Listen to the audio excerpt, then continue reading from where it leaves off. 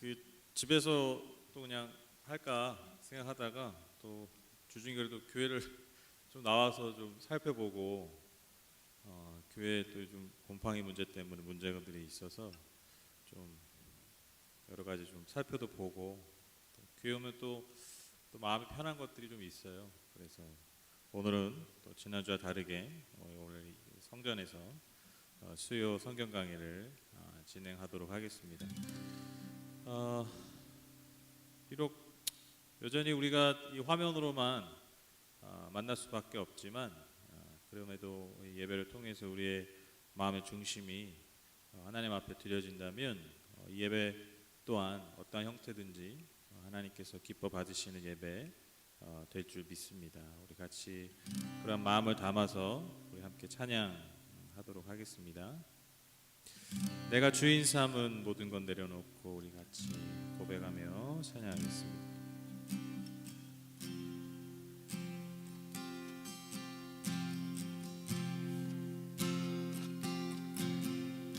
내가 주인 삼은 모든 건 내려놓고 내 주 대신 주 앞에 나가 내가 사랑했던 모든 건 내려놓고 주님만 사랑해. 다시 한번 내가 주인 삼은 모든 건 내려놓고 내 주 대신 주 앞에 나가 내가 사랑했던 모든 건 내려놓고 주님만 사랑해. 주 사랑 거친 풍랑에도 깊은 바다처럼 나를 잠잠케 해. 주 사랑 내 영혼의 반석 그 사랑 위에 서리.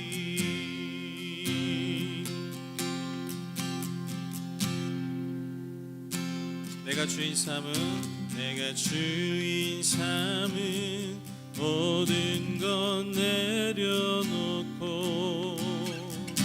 내 주 대신 주 앞에 나가 내가 사랑했던 모든 건 내려놓고 주님만 사랑해. 주 사랑 거친 풍랑에도 깊은 바다처럼 나를 잠잠케 해. 주 사랑 내 영혼의 반석 그 사랑 위에 서리. 주 사랑 거친 풍랑에도 주 사랑 거친 풍랑에도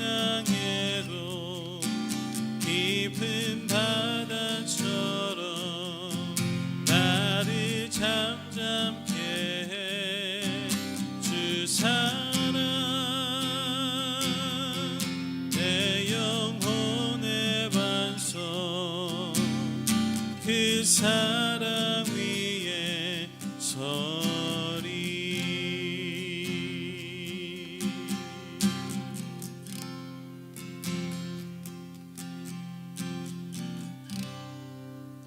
우리 같이 주품에 품으소서. 이 찬양 모르시는 분들도 있을 수 있을 텐데 같이 좀 배워보시면서 같이 좀 찬양하셨으면 좋겠어요. 요즘 우리가 참 부르기 좋은 찬양 같아요. 그래서 함께 좀 나누고 싶습니다. 주 품에 품으소서 같이 고백합니다.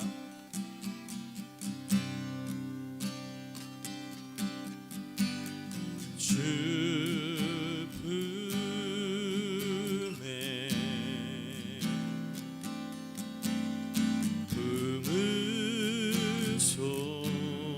품으소서 능력에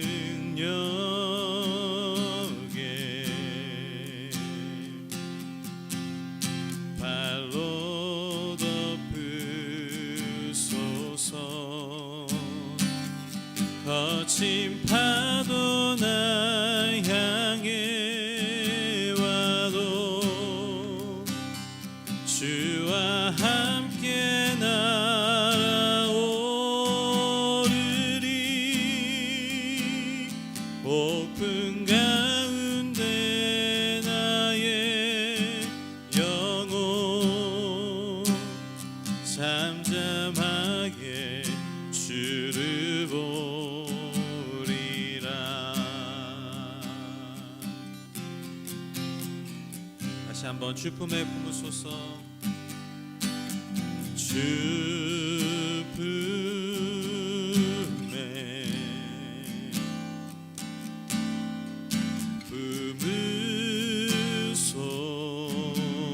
품으소서 능력의 팔로 덮으소서 능력의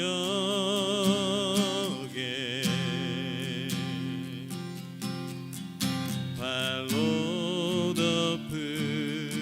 덮으소서 거친 파도 나 향해 와도 주와 함께 날아오르리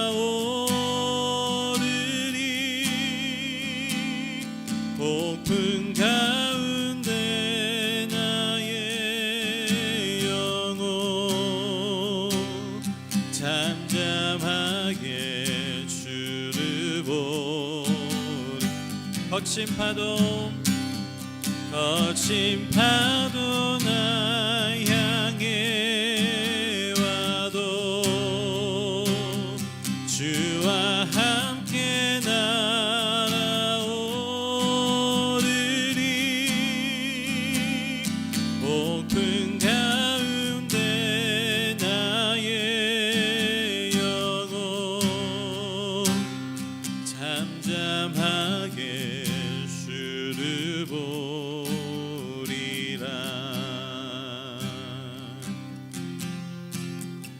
우리 2절 고백합니다. 주님 안에 나 거하리 주님 안에 나 거하리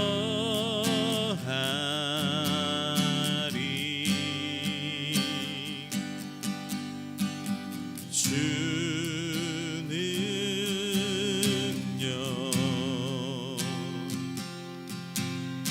나 잠잠히 믿네 거친 파도 나 향해 와도 주와 함께 날아오르리 폭풍 가운데 나의 영혼 잠잠하게 주를 보리. 거친 파도 나 향해 와도 주와 함께 날아오르리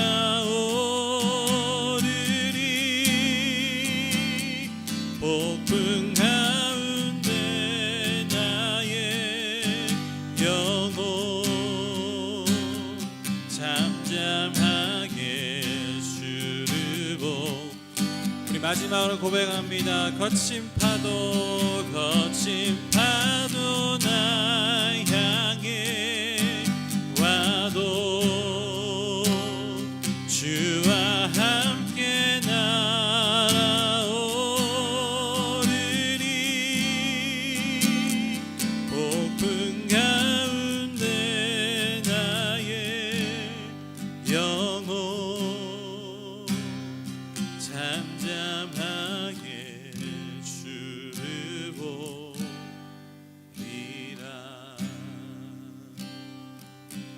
거친 파도 날 향해 와도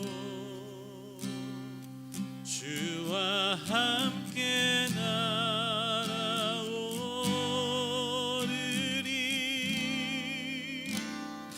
폭풍 가운데 나의 영혼 잠잠하게 주를 보리라. 잠잠하게 주를 보리라. 잠잠하게 주를 보리라.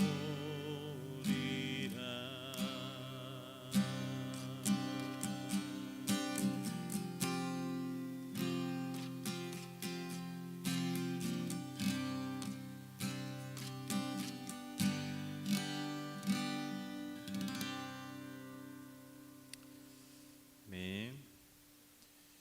우리 다 함께 사도시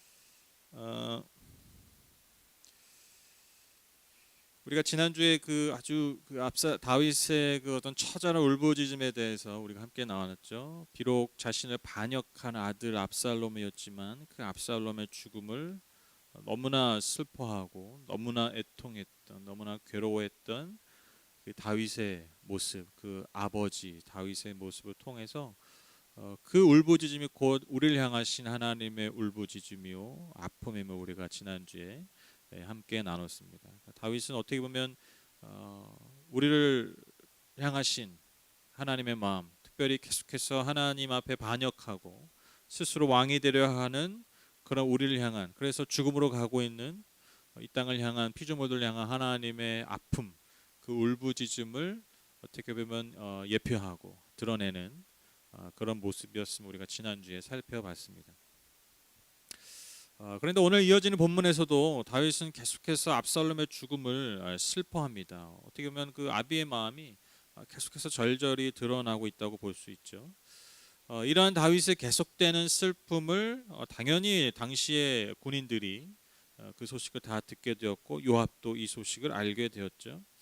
그래서 3절에 의하면 모든 군인들이 마치 전쟁에서 패한 그런 장수들처럼, 군인들처럼 부끄러움을 안고 성으로 돌아왔다라고 기록하고 있습니다. 그러니까 지금 전쟁에서는 승리를 했는데 어떻게 보면 굉장한 승리 아닙니까? 굉장한 역전승이죠. 그런데 그것을 기뻐할 수 없었어요. 왜 그렇습니까? 다윗이 너무 슬퍼한 거예요. 우리의 왕인 다윗이 이 전쟁의 결과로 인해서 너무 슬퍼하는 거예요. 그러니까 지금 개선했을 때, 성으로 개선했을 때 백성들이 막 환영하고 이러한 모습이었어야 됐고, 또 군인들도 아주 의기양양하게 그 성 안으로 들어왔어야 됐는데 지금 마치 전쟁에 패배한 군인들처럼 그렇게 돌아올 수밖에 없었다라는 것이죠. 그렇게 군인들이 돌아왔음에도 불구하고 다윗이 계속해서 큰 소리로 울부짖으며 압살롬의 죽음에 고통스러워했다라고 기록하고 있습니다. 물론 우리가 이것이 이해되지 않는 면은 아니죠. 분명 이해되는 면이 있어요, 그렇죠? 어떤 아비로서, 또 개인적인 일로서는 굉장히 큰 슬픔이지만 여러분 한번 생각해 보십시오. 이것이 왕의 모습으로서 과연 적당했을까?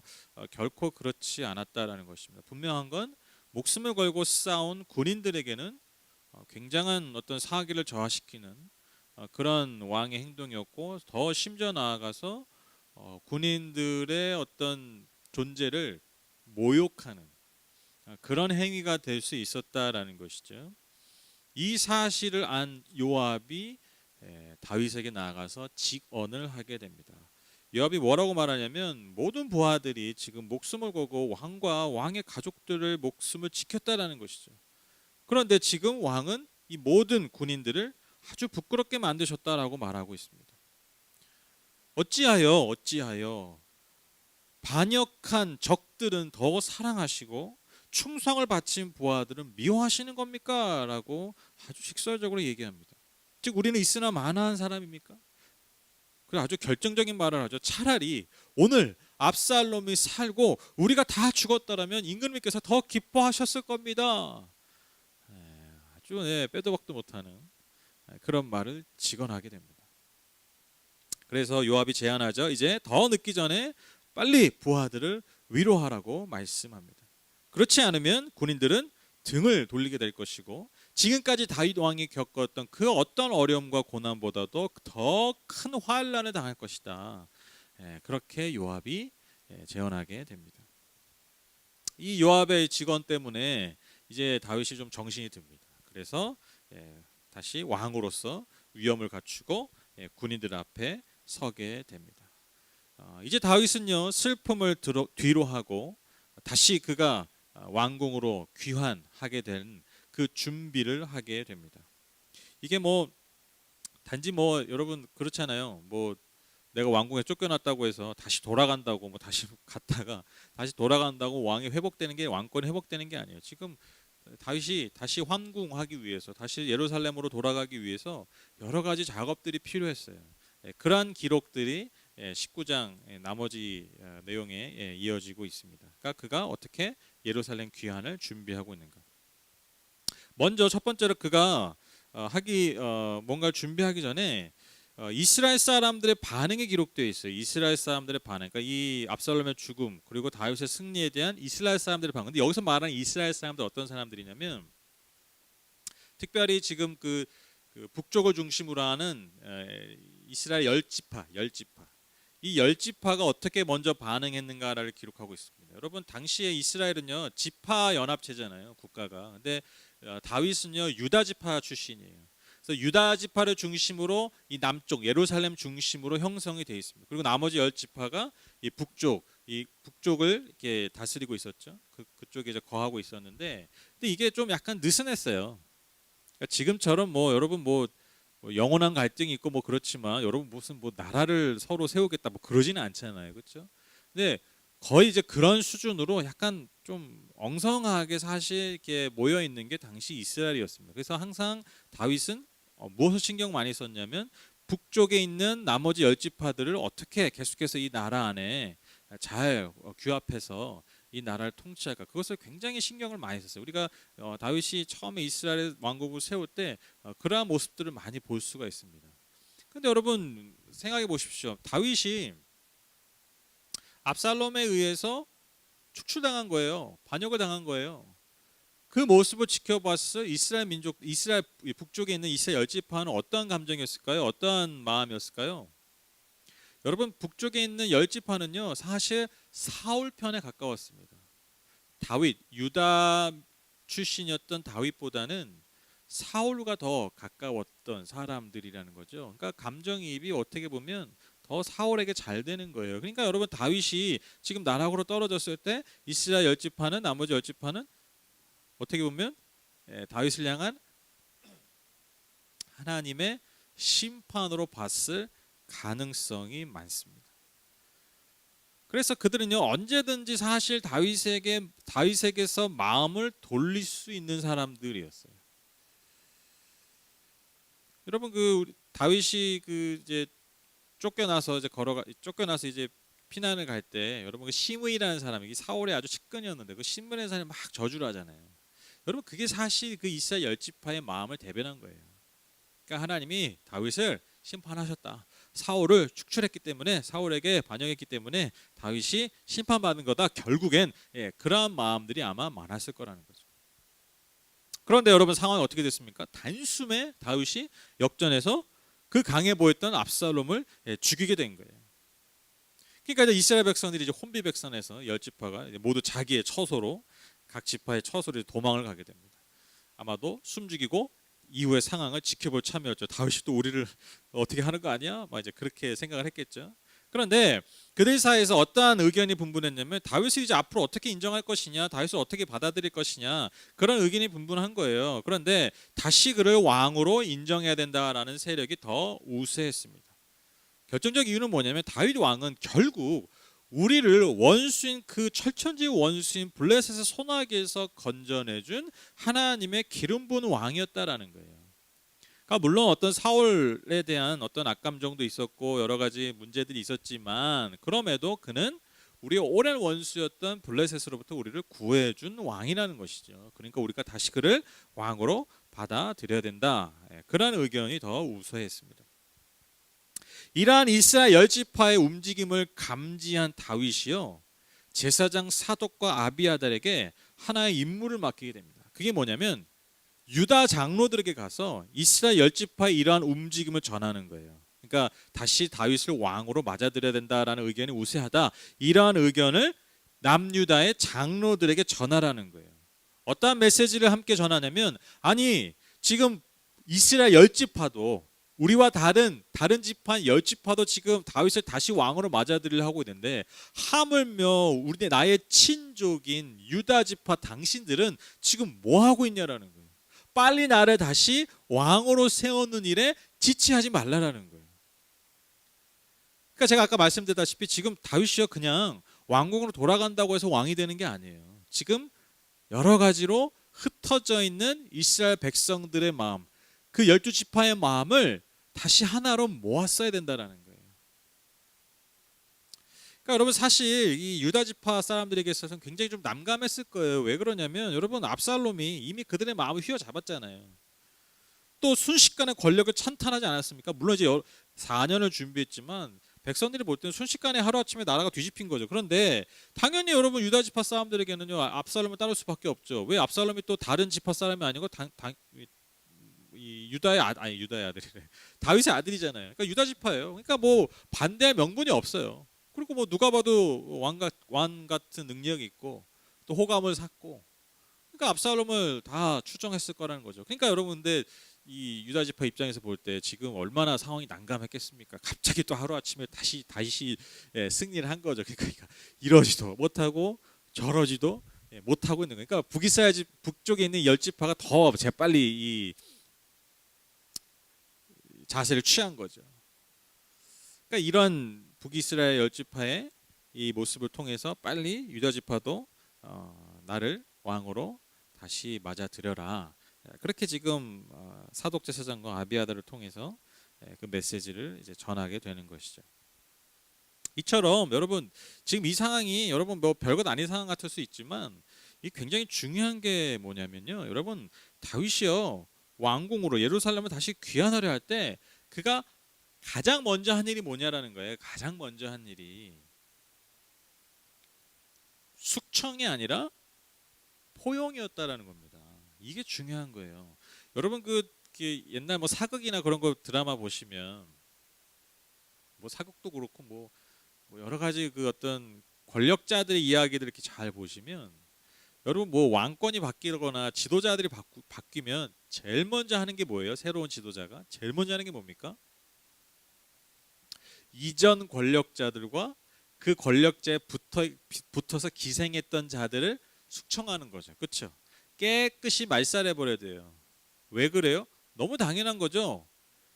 그러한 잔재를 남겨두지 않아야 내 왕궁이 더 안전하게 굳건히 서 나갈 수 있어요. 왜? 그들은 언제든지 나를 다시 반역할 사람들이잖아요. 그러니까 누구보다 먼저 나를 다시 반역하고 내 목에 칼을 들이대고 내 뒤통수를 때릴 수 있는, 내 등에 칼을 꽂을 수 있는 가능성이 가장 많은 사람들이잖아요. 그러니까요, 여러분, 새로운 지도자 생기면요, 가장 먼저 하는 일이 그 이전 지도자의 어떤 세력들, 그리고 그에게 붙어서 기생했던 자들을 숙청하는 일이에요. 이게 여러분 뭐 대단한 게 아니라 너무 상식적인 일이에요. 근데 여러분 보십시오. 오늘 다윗이 황궁하기 전에 가장 먼저 한 일이 뭐라고요? 포용이었다는 거예요. 여러분, 이게 굉장히 놀라운 장면입니다. 아니 여러분이 다윗이라 생각해 보세요. 내가 왕이었다가 반역에 의해서 다시 아주 비참한 꼴로 이제 살 수밖에 없었던 거예요. 근데 아주 기사회생하고 다시 살아났어요. 여러분, 무슨 마음이 먼저 들겠어요? 야, 나 저기 쫓겨날 때 제일 앞장섰던 놈들, 저기 제일 압살롬에게 먼저 붙었던 놈들 일단 다 데려와. 그거부터 시작하지 않았을까요? 저만 그런 거 아니죠. 지금 화면을 보시는 분도 그럴 가능성이 뭐 농후합니다. 아마 대부분의 인간들이 이렇게 행동할 거예요. 그렇죠? 근데 여러분, 다윗이 제일 먼저 한 게 뭐예요? 심지어 먼저 북이스라엘 지파의 동향을 살피면서 그들이 나를 받아들이는 것을 아주 기뻐합니다. 아주 옳게 여깁니다. 기꺼이 받아들여요. 튕겨내지 않아요. 웃기는 소리 하지 마 이렇게 얘기하지 않아요. 반응하지 않아요. 그것을 또 받아서 어떻게 보면 더 배신감을 느꼈어요. 뭐 북쪽 열 지파는 그럴만해. 근데 더 배신감을 느꼈을 유다 지파의 마음을 돌리는 데 사용하잖아요. 그러니까 나랑 가장 가까운 친족들도 나를 어떻게 보면 배반한 건데, 배신한 건데, 등을 돌린 건데, 등에 칼을 꽂은 건데, 그것에 대해서 뭐라 그러지 않고 그들도 포용하는, 지금 굉장히 놀라운 장면을 다윗이 보여주고 있다는 것입니다. 이 다윗의 포용 정책의 절정이 뭐냐면요, 아마사라는 사람을 군대 장관으로 삼은 거예요. 요압 대신에. 지금 요압이 군대장이었잖아요. 그런데 그 요압 대신에 그 요압을 해임하고 아마사를 군대장으로 삼습니다. 13절 보시면, 그리고 아마사에게는 그가 나의 골육지치면서도 요압을 대신하여 군대 사령관이 되지 않는다면 하나님이 나에게 무슨 벌을 내리시더라도 내가 달게 받겠다고 하더라고 알려주십시오. 여러분, 이게 얼마나 놀라운 말인지 잘 아마 모르실 거예요. 왜냐하면 지금 일단 콕 집어서 요압을 대신해서 군대 사령관으로 삼겠다라고 얘기하는 거예요. 어떻게 해요? 하나님이 나에게 무슨 벌을 내리시더라도 내가 달게 받겠다. 그러니까 뭔 말이에요? 내가 어떠한 벌, 즉 어떠한 저주를 받더라도 내가 아마사를 군대장으로 삼겠다. 아주 강력한 의지를 표명한 거죠. 근데 여러분, 이게 왜 놀랍냐면, 여러분, 아마사가요, 여기 13절에 하면 골육지친이어서 여러분 군대장을 세운 게 아니에요. 아마사가요, 압살롬의 군대장이었어요. 굉장히 놀라운 거죠. 그러니까 요압 대신에 어떻게 보면 나한테 내 밑에서 계속해서 군대장을 해왔던 충성하다 또 요압 대신에 적군의 군대장을 지금 나의 군대장으로 삼은 거예요. 그러니까 골육지친이면요, 또 내 가족이잖아요. 근데 나한테 등에 칼을 꽂은 놈이잖아요. 그러니까 더 배신감을 느꼈을 거 아니에요. 그리고 심지어 적군의 군대장이야. 그럼 어떤 사람이어야 돼요? 아마사는 어떠한 운명이어야 됩니까? 제일 먼저 죽어야 돼요. 제일 먼저 포박한 다음에 앞에 끌어놓고 제일 먼저 제일 잔인하게 죽여야 되는 놈이 바로 아마사인데, 그 아마사를 어떻게 한다고요? 지금 군대장으로 세운다는 거예요. 요압 대신에. 여러분, 이게 굉장히 놀라운 의미를 갖는 건데, 첫 번째로 포용 정책의 절정을 보여주는 거죠. 포용 정책의 절정. 그러니까 여러분, 이게 얼마나 파격적인 인사입니까? 그렇죠? 적군의 대장을 나의 군대장으로 삼겠다. 어떠한 일이 있어도 삼겠다. 아주 강력한 의지를 표명하잖아요. 그러니까 여러분, 이 표명이, 이 메시지가 여러분 이스라엘 열 지파에게 어떻게 전해졌겠어요? 야, 압살롬의 군대장 아마사도 받아들이는데 우리를 못 받아들이겠어? 여러분, 또한 남쪽에 있는 고륙지친인 여러분 그 유다 지파들에게 어떤 메시지겠어요? 야, 아마사도 받아들였어. 유다 지파인 아마사도 받아들였어. 그러니까 우리도 당연히 받아들일 거야. 여러분, 그렇게 전해졌을 거라는 거죠. 그러니까 이거보다 확고한 메시지가 없는 거예요. 내가 모두를 다 용서하겠다. 어떠한 사람도 내가 다 용서하겠다. 아마사도 내가 받아들이고, 오히려 아마사를 용서한 것뿐만이 아니라 그를 가장 높은 자리에 올렸는데 하물며 너희들일까 보냐. 지금 다윗이 그 메시지를 이스라엘 모든 지파에게 선포하고 있는 거예요. 여러분, 이게 들으면 들을수록 놀라운 메시지죠, 그렇죠?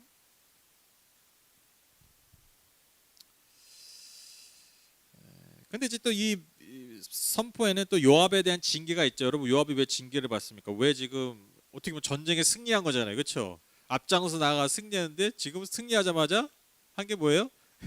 저기 잘린 거예요. 왜 그랬냐면, 이제 뭐 누적된 어떤 요압의 월권들이 있었죠, 그렇죠? 말이 잘 안 들었잖아요, 요압이. 충성하는 것 같으나 충성하지 않는 눈에 가시 같은 존재가 요압이었습니다. 그런데 결정적인 게 뭡니까?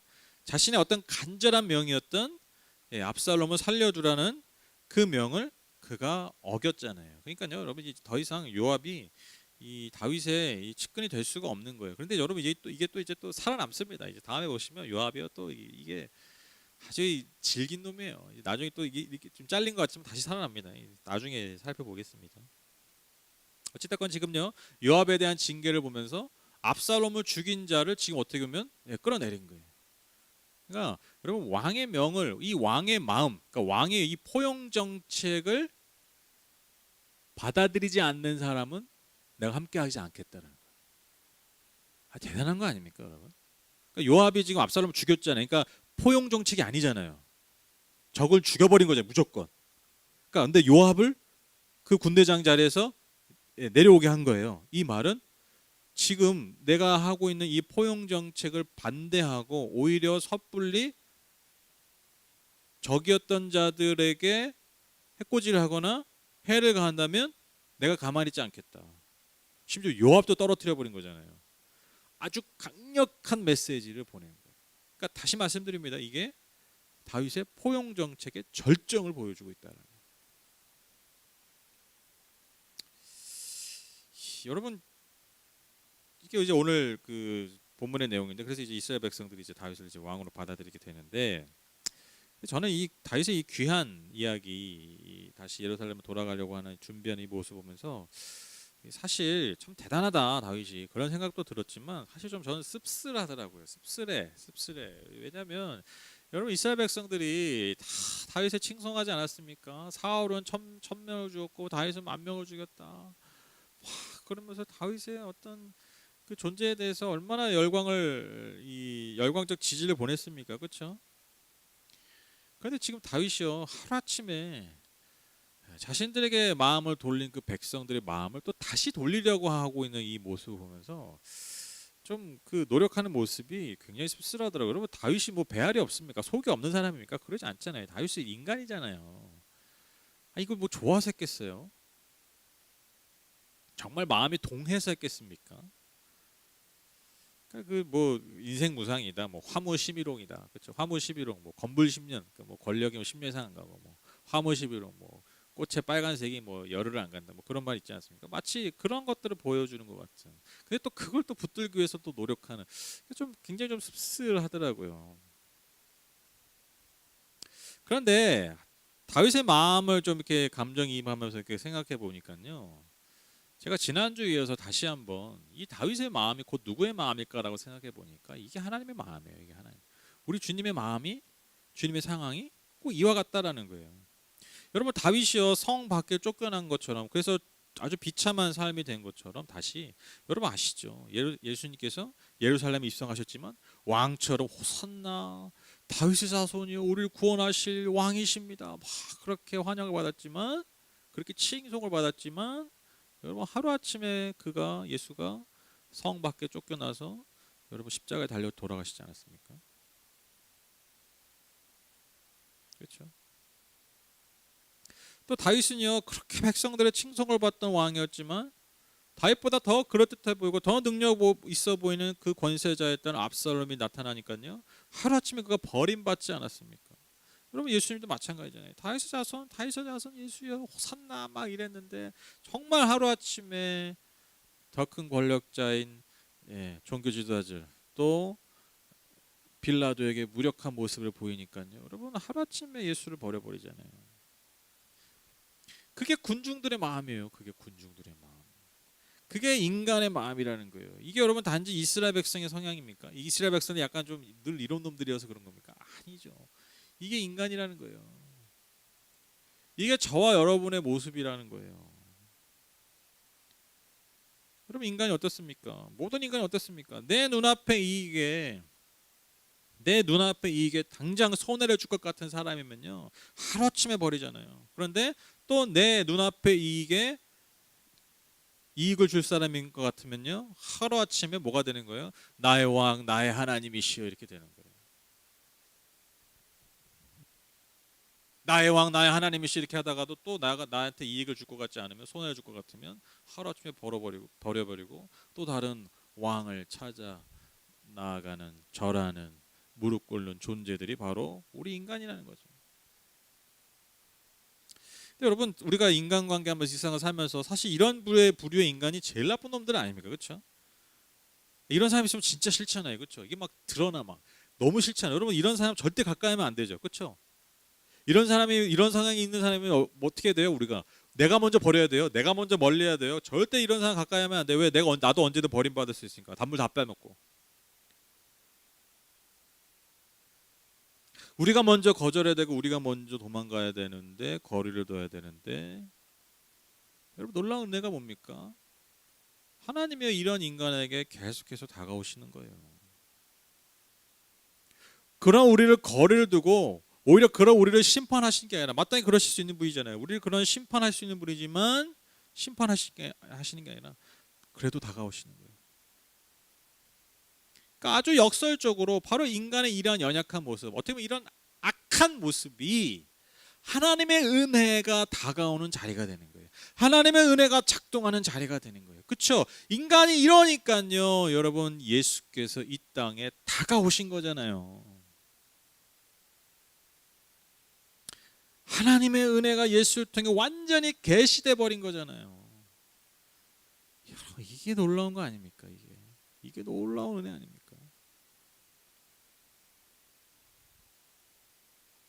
하나님은 계속해서 이러한 인간의 연약함과 악함을 그분의 은혜로 그분의 사랑으로 품으십니다.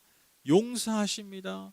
포기하지 않으시고 계속해서 그 은혜를 우리 안에 베푸신다라는 것입니다. 여러분 다윗이 다시 새롭게 세워갈, 다시 새롭게 재건할 이스라엘의 시작을 보십시오. 무엇으로 시작한다고요? 포용으로 시작합니다. 용서로 시작합니다. 여러분 이게 하나님의 나라입니다.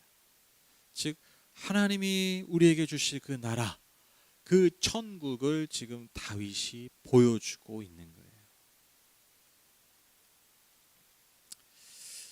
여러분 지금도 계속 뉴스를 보시면 코로나가 확진되고 있는 교회들이 계속 나와요. 지금 뭐 대구에서도 또 나왔고 뭐 어디서 대전에서도 나왔고 지금 계속해서 코로나 확진 교회들이 나오고 있습니다. 계속 뭐 한두 명이 아니라 꽤 많은 사람들이 이제 확진 교회들이 나오고 있는데 제가 좀 재밌는 걸 발견했어요. 재밌는 걸. 그게 뭐냐면 여러분 지금 교회발 코로나 제일 많이 나온 데가 여러분 어느 교회입니까? 그 전광훈 씨가 하고 있는 그 교회인데 그 교회 이름 잘 아시죠? 뭐 전 국민 중에 모르는 이 사람이 없을 거예요. 무슨 교회요? 이름이 사랑제일교회. 너무 재밌지 않으세요? 사랑제일교회. 어떻게 이름을 이렇게 줬을까요? 근데 여러분 얼마 전에 그저께인가요? 대구에서도 30명 이상이 그 집단 감염된 교회가 있었어요. 대구에. 여러분 그 교회 이름이 뭔지 아세요? 대구 사랑의 교회. 너무 재밌죠. 또 여러분 용인이었나요? 거기서 확진자 많이 나왔잖아요. 100명 넘게 나왔을 거예요 아마. 거기 교회 이름이 우리 제일교회.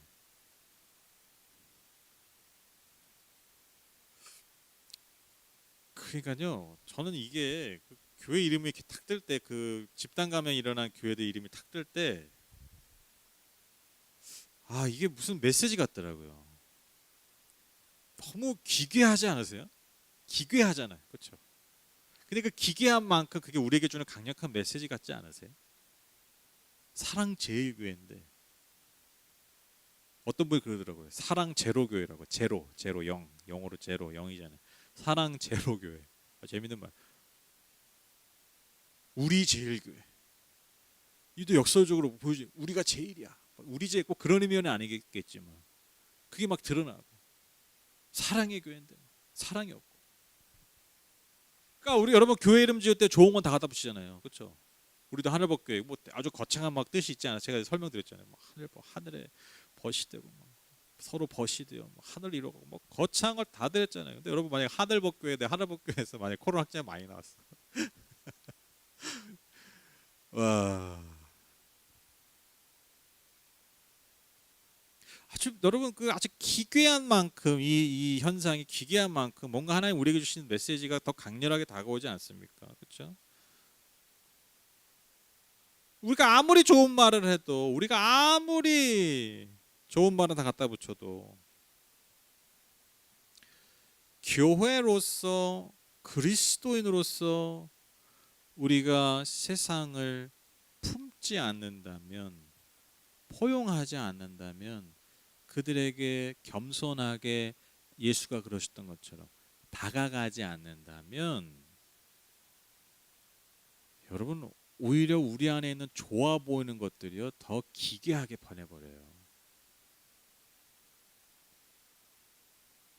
그래서 여러분 우리가 세상을 향해서 포용하고 겸손하게 세상을 섬기고 다가가는 건요 무슨 선택사항이 아니에요. 그리고 의무사항도 아니에요. 그게 뭐냐면 그냥 우리의 존재로예요. 존재로서의 삶이에요. 존재로서의 삶. 그러니까 여러분 존재로서의 삶을 잃어버리잖아요. 그러면요 그 순간 기괴해지는 거예요. 그렇잖아요. 여러분 물고기가 물에서 사는 게 그 존재에서 당연한 거잖아요. 그런데 여러분 막 그 물 밖에 나와. 그럼 어때? 막 그 물 밖에 나온 그 물고기들 어때? 막 바삭바삭 하잖아요. 막 이상하잖아요. 존재감을 잃어버리면 그렇게 되는 거예요. 존재로서 존재하지 않으니까. 말장난 아니라 존재로서 존재하는. 그 순간 기괴해지는 거예요. 여러분 교회라는 것이 어떤 거? 뭐 좋은 건 다 있잖아요. 그렇죠? 다 있잖아요. 저는 그걸 믿어요. 교회는 좋은 게 다 있어요. 다 있어야 돼요. 무엇보다도 구원이 있지 않습니까? 하나님 우리에게 주신 영원한 생명이 있지 않습니까? 이거보다 귀한 것이 없습니까? 어디 있습니까? 그런데 그 영원한 생명을 받은 우리가 그 영원한 생명을 가진 존재로서 우리가 이 땅에 존재하지 않으면 그 은혜와 사랑을 드러내고 그 은혜와 사랑을 흘려보내는 존재들로 우리가 이 땅에 존재하지 않으면 우리가 철저하게 버려진다라는 거죠. 마치 다윗처럼.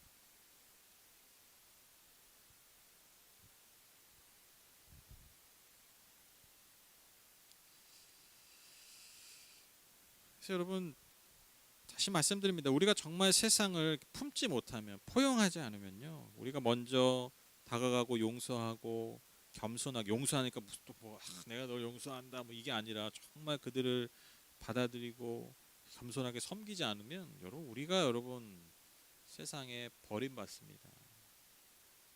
저는 지금 이 코로나 형국을 통해서 교회발 이 확산 통해 지금 벌어지고 있는 이 교회의 이 비참한 현실들을 보면서 우리가 이걸 깨닫지 않고 여기서 이제 다시 돌이키지 않으면 그게 진짜 희망이 없는 거예요. 지금이 희망이 없는 게 아닙니다. 여러분.